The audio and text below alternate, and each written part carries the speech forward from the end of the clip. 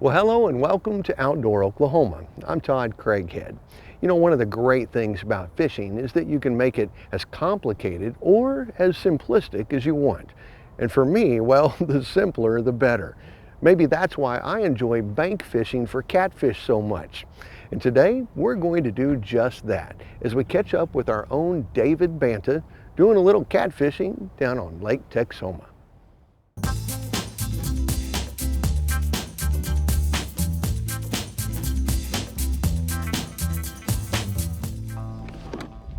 Couple different sizes of shad here, and of course shad's what we want to use if we can find them. That's a nice probably 10-incher there. We'll cut him up into cut bait, and we'll probably use the head for a bait too.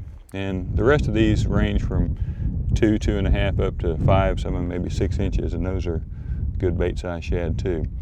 On the smaller shad, what I like to do is just basically cut their tail off.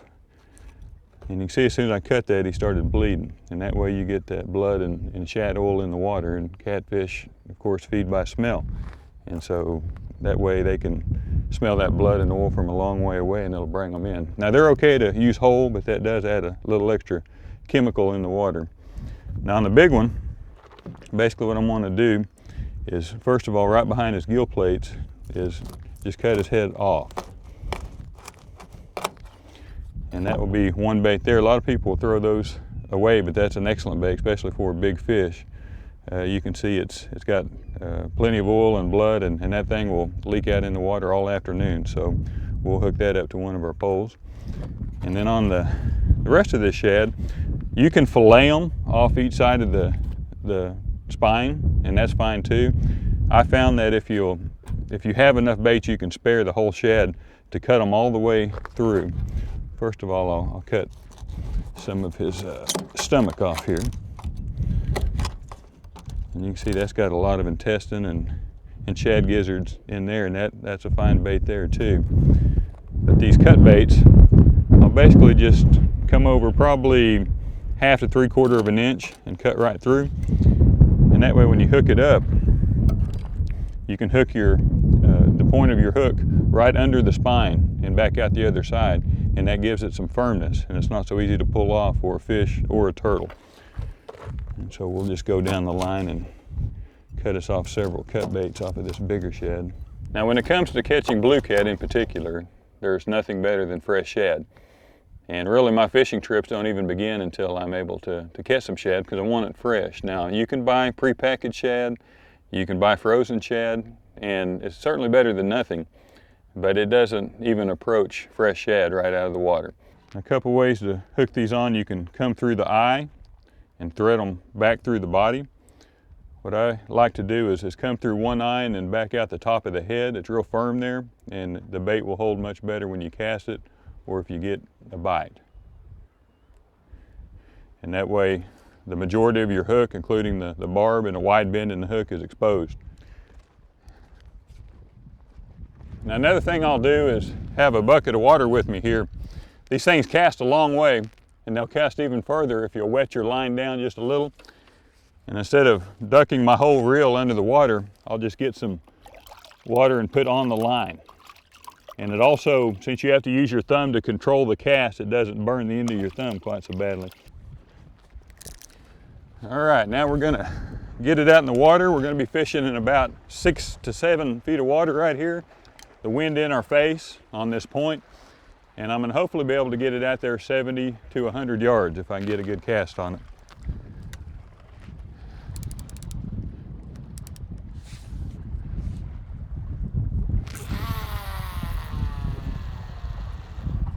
That'll work. So I use 11-foot rods now, surf rods, as well as reels that have a higher capacity for line. In other words, you can put 30-pound test line like I like to use, and have 200 or 300 yards of it on your reel. Now the last thing I'll do before I put it in the rod holder is check the drag on this reel. You want it to release under a lot of pressure, but you don't want it so tight that it might snap your line if you get a big fish on. You also don't want it so loose that it just runs away with it.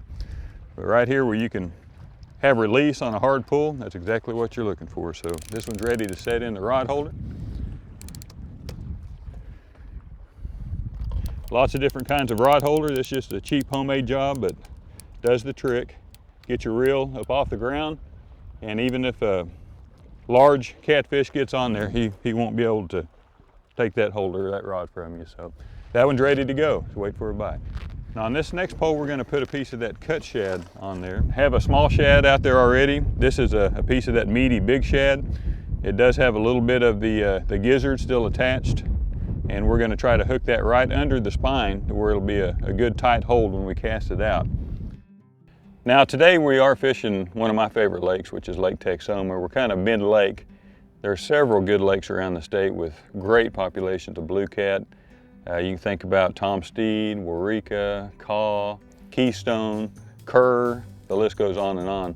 But mainly, if you have a lake that does contain blue cat, which most of our lakes do, you just want to find preferably a point where you have some wind action across the point. Now there are times when just fishing out in a flat is fine too, but today in particular we found a point about mid-lake, and it's adjacent to the main lake. It's a cove with a point going out into the cove. The wind had been blowing into this cove for several days, so my hope was that there had been some bait fish blown up in this cove as well, and I think there was. We were able to catch fish here. But anytime you can get a point or a main lake flat, that's where you want to try to hone in on your blue cat. First fish, first bite. Make sure he's got it good before I do anything with him. Once I see a good consistent bite, I'll pick up the rod, reel down my slack, and as soon as he hits it again, I'm gonna set the hook as hard as I can.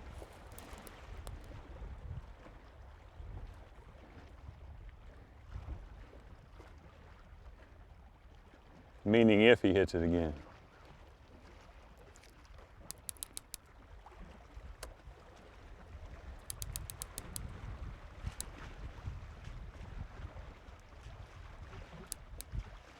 There he is.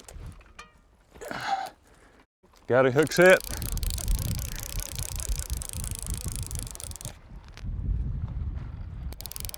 Not a big fish, but glad to have one on.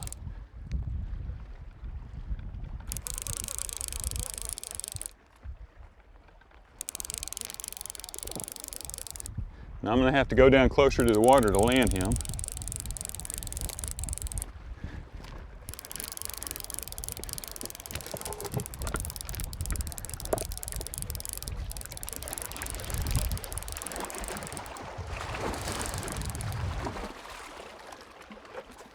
Channel cat.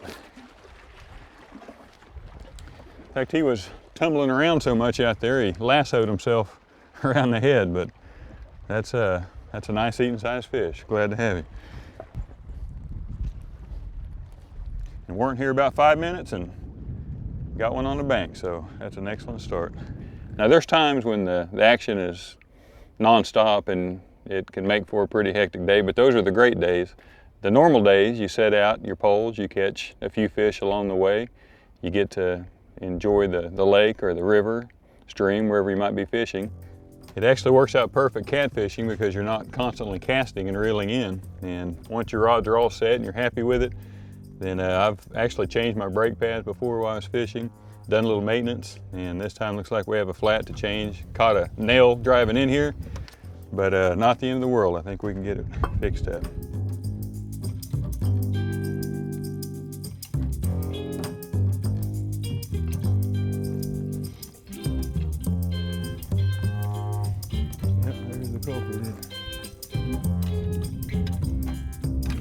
Oh, got one. Yeah, I believe we got one on here. Good timing on that flat change, huh? Yep. Not a big one, but we'll take it.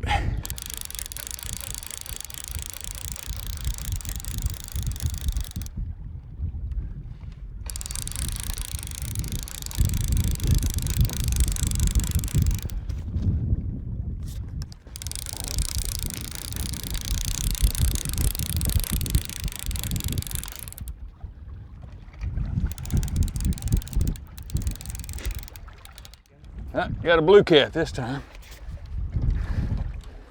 Couldn't resist that fresh shad. That's a nice fish right there. A couple, 2 or 3 pounds.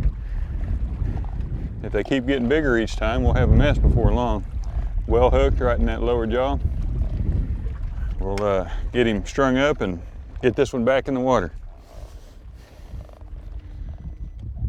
2 pounds, 11 ounces, 2 3/4. So yeah, we'll set that one in the bucket here and hopefully get a few more.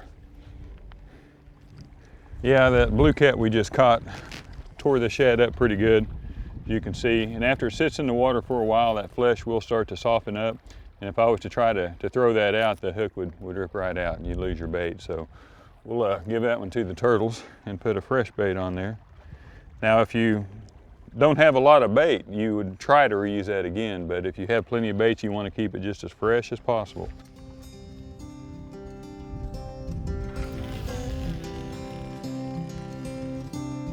There we go.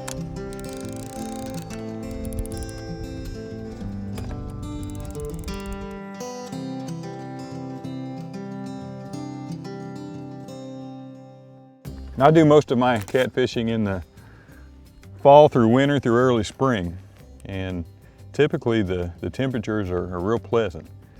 Now in summertime I will do a little bit of night fishing, but on a day like today you can, once the work's done, you've caught your bait, you've cut it up properly, you've got your hooks out, you've done everything you can do, you might as well and change your flat tire. In our case, you can sit down and enjoy the day, take in the view, and just like today, it's probably 70 degrees, 10-mile-an-hour south breeze, partly cloudy. It's perfect, and you can enjoy this beautiful creation that God gave us. And this is one of the reasons I like this type of fishing.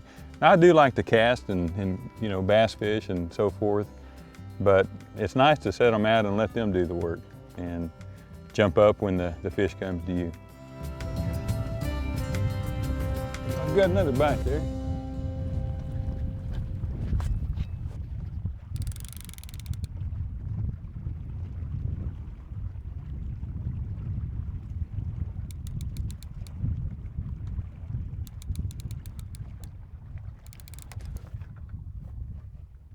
I got him, but he feels like he's hung on something out there. Maybe he came loose.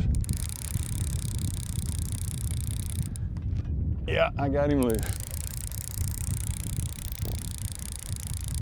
He's not a real big fish, no, but he's trying to run me through my other lines.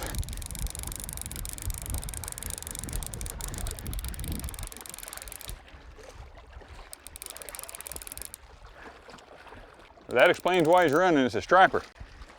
Nice little striper.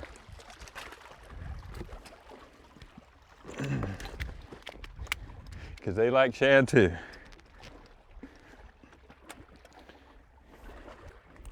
Well hooked. Went after a piece of that cut shad. They really like that. Now I'm gonna turn this one back in. Probably, so that one will weigh 4 pounds.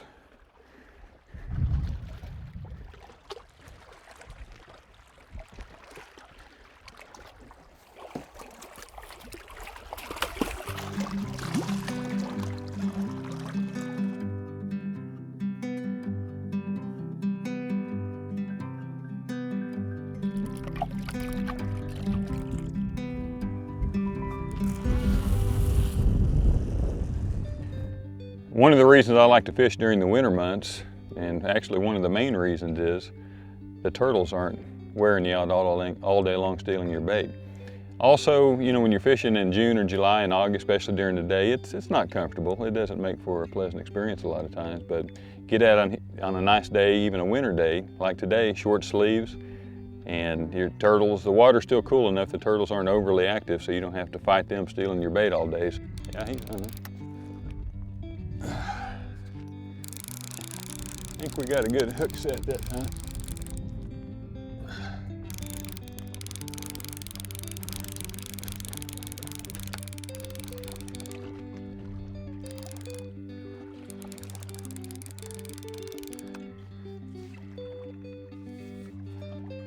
Another blue.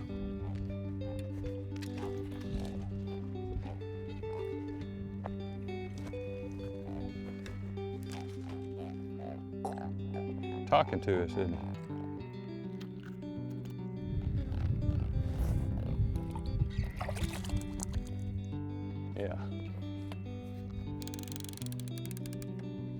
If he bumps it one more time, I'm gonna see if I can set the hook on him.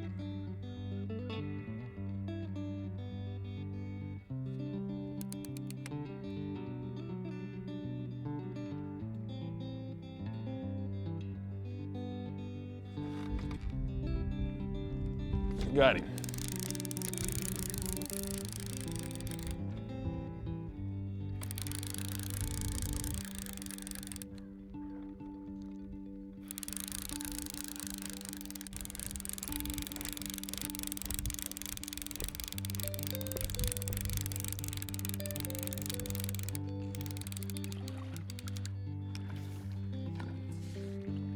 Yeah, back to channel cat again.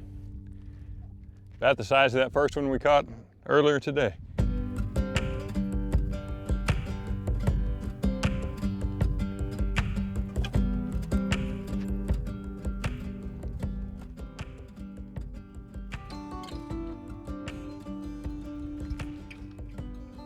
I hung him, whatever it is.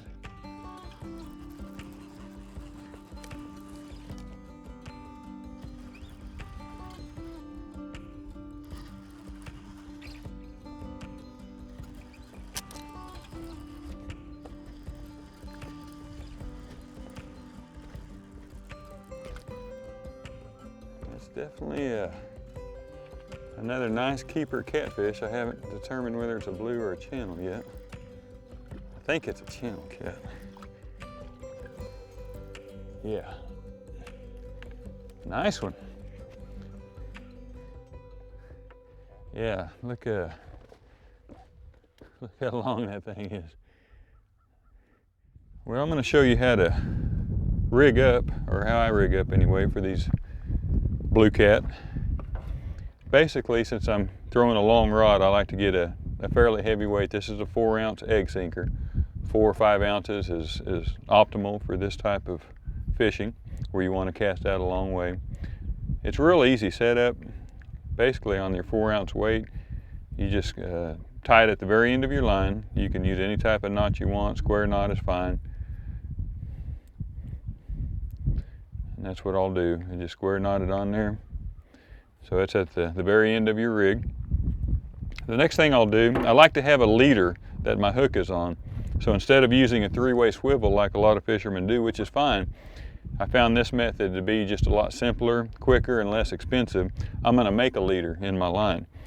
I'll come up about a foot or so above my weight, and then basically I will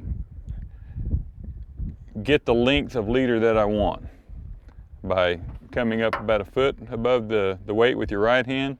With your left hand, come on up above that, probably 1.5 feet, and when you fold that over, you've got about a 8-9 inch leader. Now the knot we use is called a blood knot, and it's one of the best around. Once the line is together with what will be your leader hanging down loose below, hold it with your thumb and index or middle finger on both hands. Open that hole up between the two lines. Twist it around 6 times, maintaining the opening in your hole, and then you have to retrieve the end of your leader, bring it back through the hole,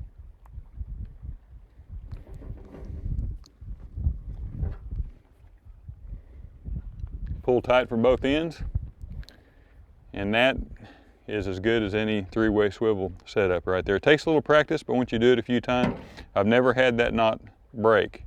The strength is great, and it doesn't degrade your line strength either. Now once you have your leader established above your weight, I like to use my hook of preference is an Eagle Claw, laser sharp wide bend. This is a number 4, a 4 or 5/0 is a good size. Small enough to consistently hang the eating size fish, but big enough and stout enough to hold, I've caught fish up to 65 pounds with this hook. It's got a good wide bend, which we want using shad for bait. We can put a cut bait or a live shad in that gap and still have plenty of hook, and they are laser sharp. The rest of the process, put the end of your line through the eye of the hook, like so, and then bring the hook back through the line you just brought through the eye, just like you would on a trot line. And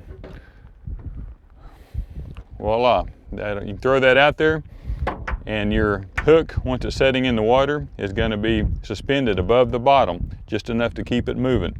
And when you have a lot of wave action, that's perfect, and I think preferable to having it sitting flush on the bottom, not moving.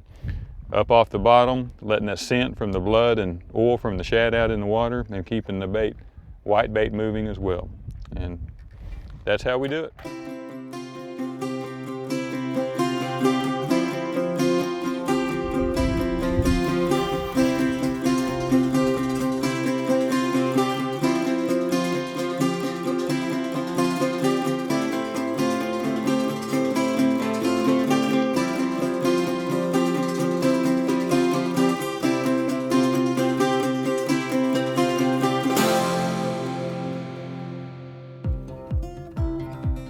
Looks like we're getting a, maybe, oh, that's a good bite, yeah.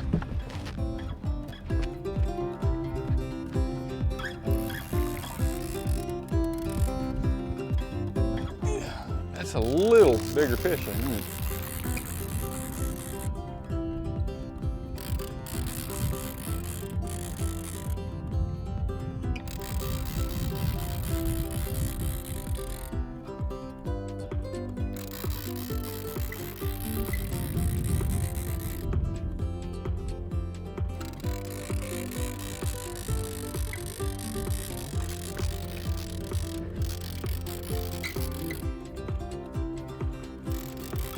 Nice one.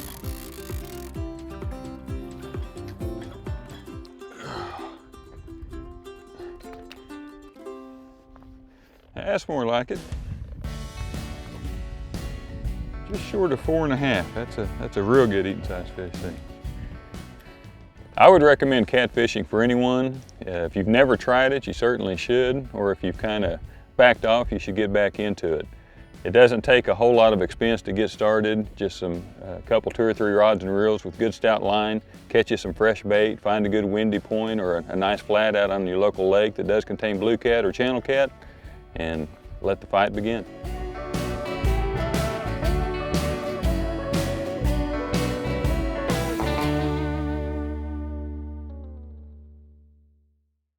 Well, I hope that maybe you picked up a new tip or two for the next time that you're out.